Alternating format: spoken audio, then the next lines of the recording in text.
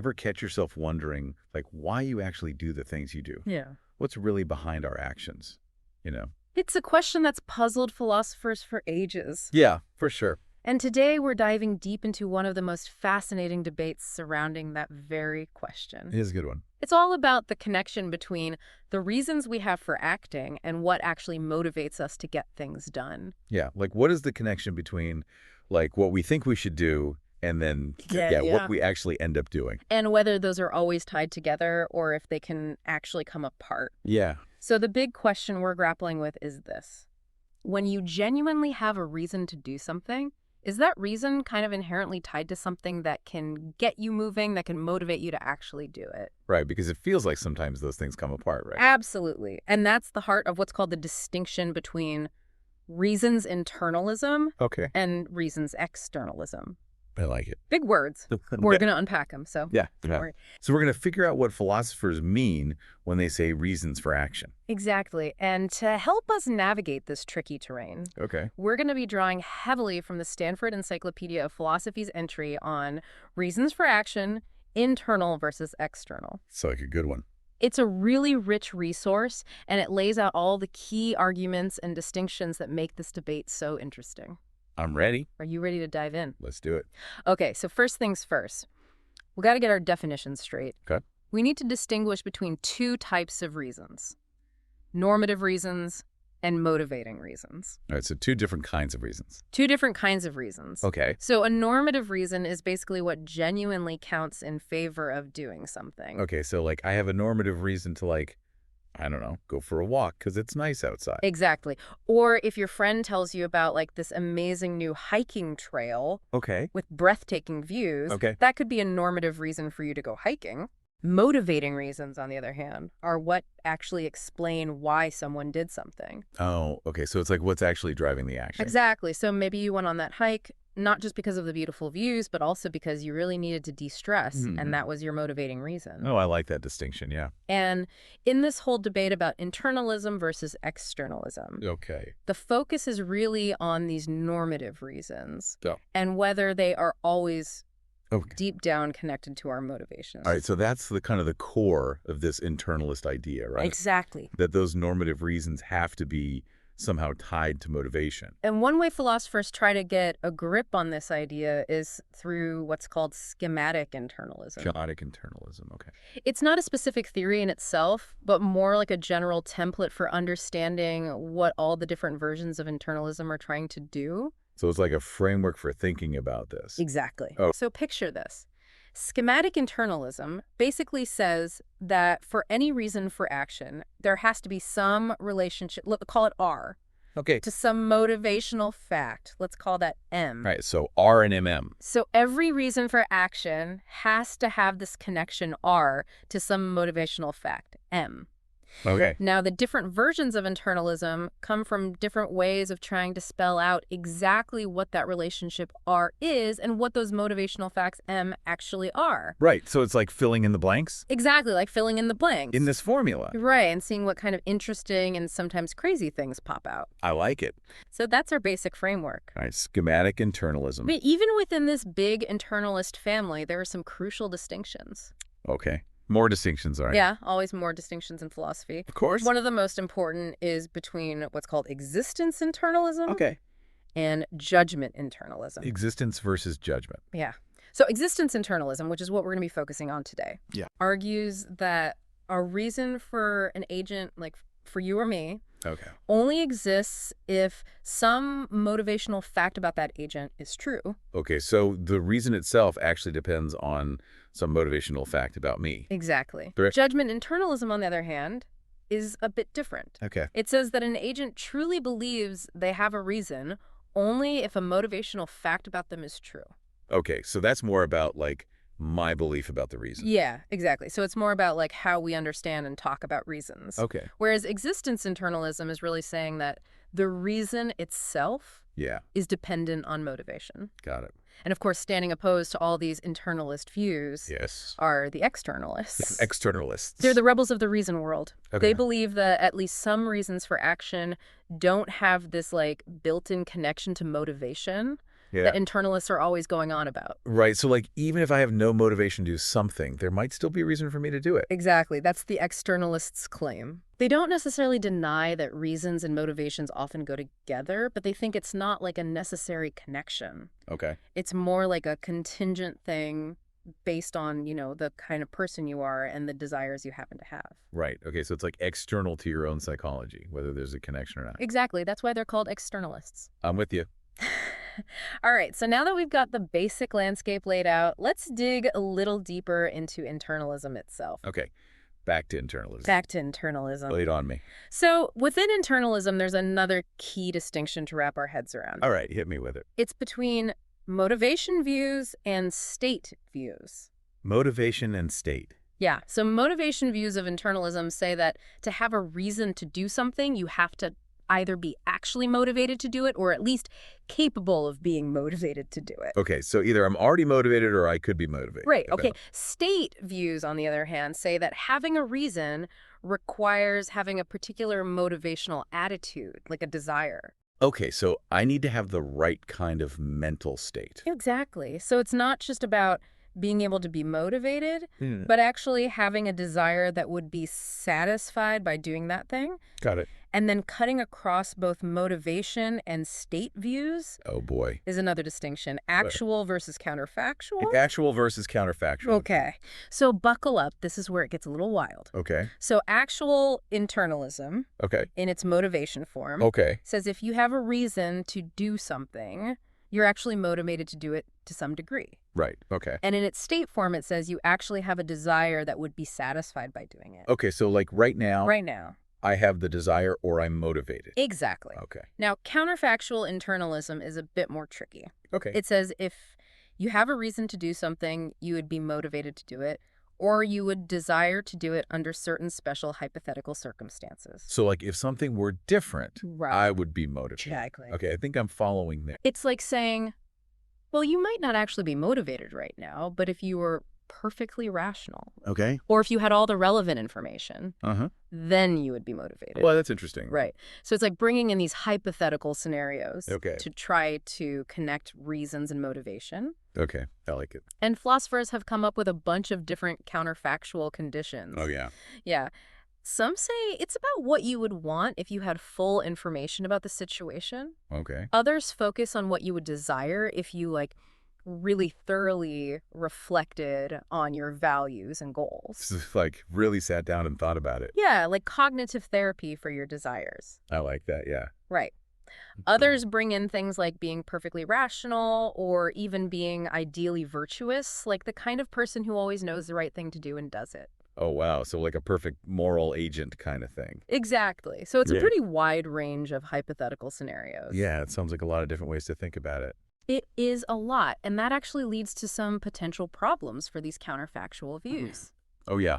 What kind of problems? Well, some of these conditions can seem kind of weak, Okay. Almost like they're trivially true. Okay. Like imagine someone says, you have a reason to do something if you would be motivated to do it, if you were motivated to do everything you have a reason to do. Oh, yeah. That seems kind of circular. Right. It doesn't really tell us much. No.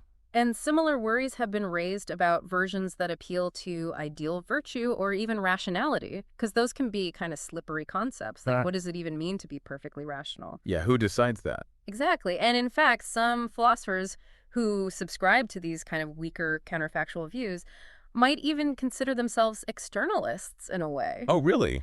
Yeah, because they're rejecting any strong claim that reasons are tied to our actual motivations in the real world. Okay. But anyway, all that to say, there's a lot of variety within counterfactual internalism. Yeah, for sure. And some versions are definitely more controversial than others. Yeah, makes sense. So now that we've explored these basic distinctions between different types of internalism, let's talk about why this debate is so philosophically significant. Okay, yeah, like why should we even care about this? Exactly. So there are lots of reasons. Okay. But one really big one has to do with the implications for moral philosophy. Okay, morality, that makes sense. Yeah, and there's a particular problem that looms large over some versions of internalism. It's called the central problem. The central problem, all right. Yeah, ominous sounding, right? Yeah, a little bit. This problem has been a major driver of ethical theorizing, and it comes up most famously for a specific type of internalism called the Humean theory of reasons, or HTR. Okay, HTR. All right, so HTR is an actual state view. Actual state. Okay. That says our desires are the motivational states connected to our reasons. Okay, so if I have a reason to do something, it's because I have a desire that would be satisfied by doing it. Exactly. That's HTR in a nutshell. Now, HTR is often linked to another influential theory called the Humean theory of motivation, or HTM. Okay, HTM. So we've got HTR and HTM. Yeah, keep track of your acronyms. So try. So HTM basically says that desires are necessary for motivation and beliefs alone aren't enough. Okay, so I got to actually want something in order to be motivated to do it. Exactly. Now, you can accept HTR without accepting HTM. Okay. But they're often linked because you could argue that if a reason requires the possibility of motivation and motivation requires desire, then reasons must imply desires. Right. So that's kind of a classic line of argument in favor of HTR. Got it. But here's where the central problem comes in. Okay, I'm with that. HTR and other actual state versions of internalism seem to clash with two other really important moral ideas. Well, no. Moral rationalism Okay. and moral absolutism. All right, so we've got a clash of moral ideas. We've got a philosophical showdown. I'm ready. So moral rationalism says that if something is morally wrong, there must be a reason not to do it, Okay, that makes sense. right? It seems intuitive. Yeah. And moral absolutism says that some actions are just inherently morally wrong for everyone. Okay, like no matter what. No matter what your motivations are, no matter what your desires are. Okay, I'm following. So let's think about like a really clear example of something that's universally condemned, Yeah. like unprovoked violence. All right, yeah. So moral absolutism would say that's just wrong, period, Right. for anyone and everyone. Makes sense. And moral rationalism suggests that because it's wrong, the person considering it must have a reason not to do it. Okay. But now if we bring in HTR, Oh. that reason would have to be based on some desire that that person has that would be satisfied by not being violent. Right. And that starts to feel really weird. Yeah, like the wrongness depends on what I happen to want. Exactly. And that seems to really undermine the idea that it's just inherently wrong Right. for everyone. Yeah, it's like making morality subjective or something. Exactly. And that's the heart of the central problem. So it's like we have to choose between these three ideas. Right. HTR, moral rationalism, moral absolutism. And philosophers have gone in all sorts of directions trying to solve this dilemma. Oh, yeah. What kind of directions? Some bite the bullet and reject moral absolutism. Okay. So they might say that morality is relative to cultures or individuals, Okay. or even that our moral judgments are just fundamentally flawed Oh, wow. because there are no objective moral reasons. All right, so that's one way to go. Yeah, but others aren't so quick to give up on moral absolutism. They might question moral rationalism. So, like, maybe something can be wrong, even if the person doing it has no reason not to? Exactly. Okay, interesting. But a lot of philosophers find both moral absolutism and moral rationalism pretty compelling. Yeah. So they end up rejecting HTR. Ah, so HTR is the odd one out. In many cases, yes. So this central problem is a really major issue for any actual state version of internalism, because by tying reasons to our actual psychological states, they end up making reasons dependent on what we as individuals are like, and that clashes with the idea of universally applicable moral principles. Right, it's like my reasons are hostage to my current desires. Exactly. And that doesn't seem right for morality. It's a real challenge for sure. Okay, so what about counterfactual views? Do they manage to escape this central problem? Well, it depends. It depends. Of course it does. It wouldn't be philosophy if it were a simple answer. Right. So if the counterfactual condition is one that any agent would be motivated by, regardless of their actual desires, then yeah, the problem might disappear. Okay, so like if we're talking about what we'd all want if we were perfectly rational or something. Exactly. Then it's not so much about what I happen to want right now, but what any rational being would be motivated by. Right, so the reason isn't so dependent on my own psychology. Exactly. And some philosophers try to ground morality in these kinds of universal counterfactuals. Okay, interesting. But of course, the challenge then becomes defining the right hypothetical scenario. Right, like what does it even mean to be perfectly rational? Exactly. And how do we avoid making the conditions so broad that it becomes trivial? Right, like if it applies to literally everyone, then it's not really telling us anything specific. Exactly. And on the other hand, if we make the condition too specific, then it starts to look like it's just based on our own assumptions about what's good or rational. Right, so it's like a balancing act. It's a delicate balancing act for sure. Yeah. But the key takeaway here is that some counterfactual views might be able to avoid the central problem while others can't. Okay. It really just depends on how they define that counterfactual condition. Okay. So let's shift gears a bit and talk about the explanatory direction in all of this. The explanatory direction. Okay. Yeah. So internalists often say there's a connection between reasons and motivation, right? Mhm. But they don't always agree on why that connection exists. Okay.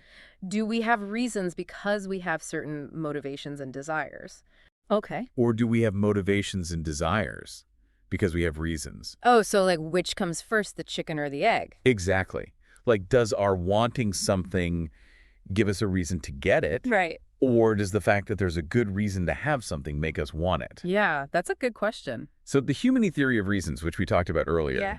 is usually understood as saying that our desires are the source of our reasons. Yeah, okay. And it's natural to see most actual state views in this way too. Right. Because if a reason requires an actual motivating state, then it seems like it must be coming from that state rather than the other way around. Yeah, that makes sense. But counterfactual motivation views can go either way.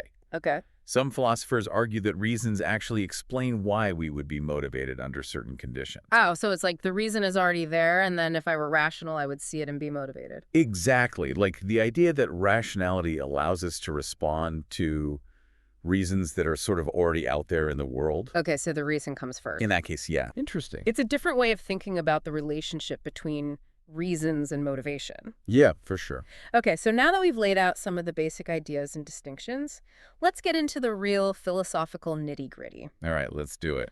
Let's talk about some of the arguments that philosophers have used to try to support or challenge internalism. Okay, so we're going to see how this actually plays out in philosophical debate. Exactly. We're going to get into the weeds a little bit. I'm ready. So one key area of argument has to do with the connection between reasons and explanation, Reasons and explanation. Okay. particularly in the context of motivation. Okay.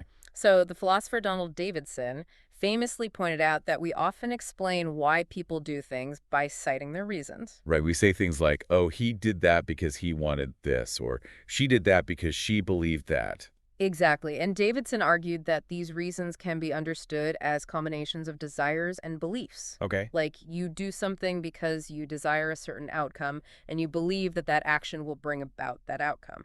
Right. Okay. So my desire and my beliefs kind of team up. Exactly. And that's what explains my action.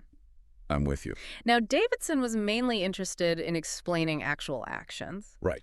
But his work raised this question about whether these motivating reasons, the ones that actually get us to act, Okay. are connected to normative reasons, the ones that tell us what we should do. Oh, right. So like, is there a link between what actually motivates me and what I have good reason to do? Exactly. And one common idea is that for something to be a motivating reason for me, I have to at least take it to be a good reason. Right. It has to seem like a good reason to me, even if it's not actually a good reason. Exactly. Yeah. And some people take this even further and say that any normative reason has to be at least potentially motivating. Okay. So there has to be some possible world where that reason would actually get me to act. Exactly. Okay. Now, this idea that reasons have to be connected to motivation in this way has led to some interesting arguments. Okay. Lay them on me. One of the most famous is called the classical argument.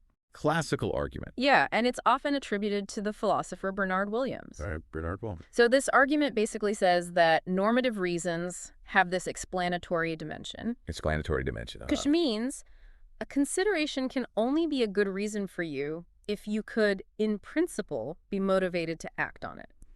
Okay. So it has to be at least possible for you to be motivated by that reason. Right, and then the argument brings in HTM, the Humean theory of motivation. Right. Which says you need a desire to be motivated. Exactly. So if reasons require the possibility of motivation, Okay. and motivation requires desire, then reasons must imply desires. Which is the Humean theory of reasons. Bingo, you got it. Okay, so it's like a two-step argument. Exactly. From reasons to motivation, and from motivation to desire. And that's a pretty classic way of trying to defend HTR. Okay, I see how that works.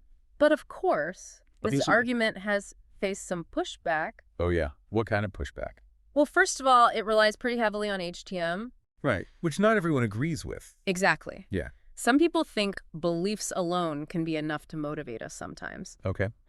And secondly, there's this issue of what possibility of motivation even means. Right, like how possible does it have to be? Exactly. Does it mean I could be motivated by this reason if I was perfectly rational? Okay, Or does it mean I could be motivated by this reason given my current psychology? right. So like two very different senses of possibility. Exactly. And some people think that the argument kind of equivocates on these different senses. Okay, Like it needs a weaker sense of possibility in the first part and then a stronger sense in the second part. right, to get the conclusion at once. And that makes the argument a bit shaky. So it's like it's assuming what it's trying to prove. Yeah, kind of. Yeah. So that's the classical argument. All right.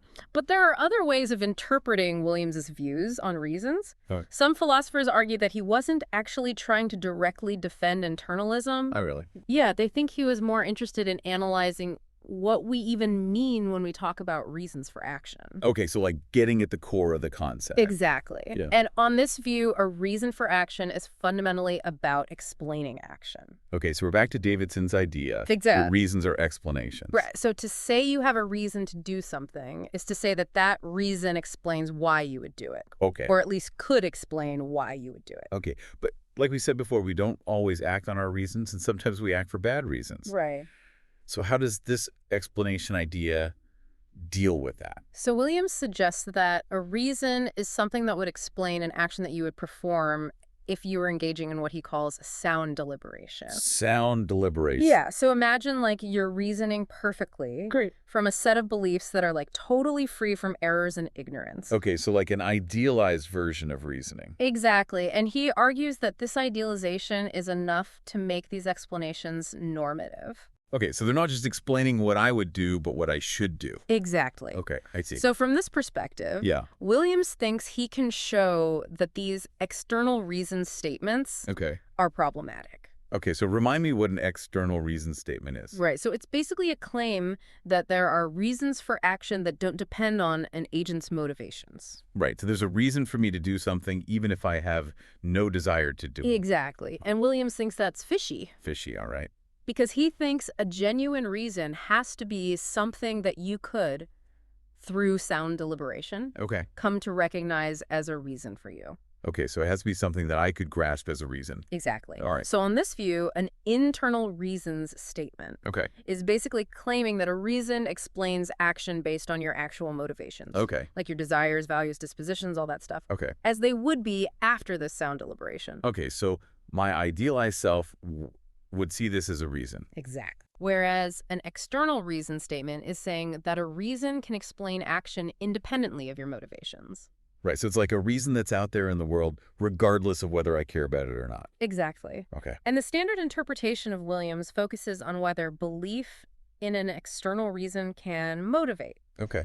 But this alternative reading acknowledges that it can. Okay. Like you might be motivated by the belief that something is a good reason, Right. even if you don't actually care about that thing itself. Okay. And that belief could become part of your motivational set. Okay. So in that sense, the external reason kind of becomes an internal reason for you. Oh, interesting. But the point is that just because you're motivated by the belief doesn't mean that the external reason itself is a true explanation of your action. Oh, okay, so it's like the belief is doing the explaining, not the external reason. Exactly. And Williams thinks that for external reasons statements to be true, the reason itself would have to explain your action even if you didn't care about it at all. Oh, okay. So it has to have this independent explanatory power. Right, and he just doesn't think that's possible. Okay, so he's skeptical of external reasons. Yeah, very much so. Okay. So this interpretation of Williams avoids relying on HTM, Okay. but it still leads to this skepticism about reasons that are truly external to our psychology, Right. because it ultimately boils down to this question of what can explain our actions. Okay. And Williams thinks that explanation always has to involve our motivations in some way. Okay, so it's still an internalist view at heart. Yeah, very much so. All right. But of course, this whole interpretation hinges on this idea that the concept of a reason just is the concept of an explanation for action. Right. And that's something that some philosophers would push back on. Yeah, I can see that. They might say that a reason explains why we should act Okay. or why an action is good, Right. but not necessarily the action itself in a purely causal sense. Right. So it's a different kind of explanation. Exactly. Okay. So that's one major line of argument about reasons and explanation. Okay. But there are others. Oh, yeah. Yeah. So, for example, some philosophers connect reasons to the idea of voluntary behavior. Okay. So they argue that if you're acting rationally, you're responding to reasons in a voluntary way, Okay. and that voluntary behavior involves being aimed at something, Okay. and then they connect that to desire. Okay. So if you're acting rationally for a reason, that means you must have a desire that's being fulfilled by that action. Okay, so it's like another way of linking reasons and desires. Exactly. Yeah. Now, of course, externalists can try to respond to this. Okay. They might say that rationality itself involves having certain desires, Okay. or that our ability to recognize reasons is limited by our desires, Okay. or even that reasons can cause us to have new desires. Right, okay, so there's a lot of back and forth. There's a lot of back and forth for sure, Yeah. but internalists often push back on these responses. They might say that rationality is more about how we process information than about having specific desires, Okay. or that ideal rationality would let us recognize all reasons regardless of our desires, Okay. or that if a reason causes a desire, then our action isn't really a direct response to the reason itself. Okay, so it's like a more indirect kind of motivation. Exactly. Okay. So this whole debate about voluntary action and desire is still very much alive, Right. and it gets pretty complicated. Sounds like it. But it's another example of how philosophers are trying to grapple with this relationship between reasons and motivations. Yeah, for sure. Now, externalists often try to support their view by drawing an analogy between practical reason and theoretical reason. Okay, so practical reason is reasons for action, Right. and theoretical reason is reasons for belief. Exactly. Okay. And they argue that just as practical reasons support actions, theoretical reasons support beliefs. Okay. And both are types of normative reasons. Okay, so they're both reasons for thinking something is true or good or right. Okay. But externalists point out that our reasons for belief seem to be totally independent of our desires. Okay. Like if I believe something just because I want it to be true, Yeah. that's generally seen as irrational, Right. like wishful thinking. Exactly. So they say if there can be reasons for belief that are totally external to our desires, Okay. why can't there be reasons for action that are also external? Oh, right. So it's like an argument from analogy. Exactly. And they point to things like evidence and arguments as reasons for belief, Yeah. Okay. which don't seem to depend on what we want to be true.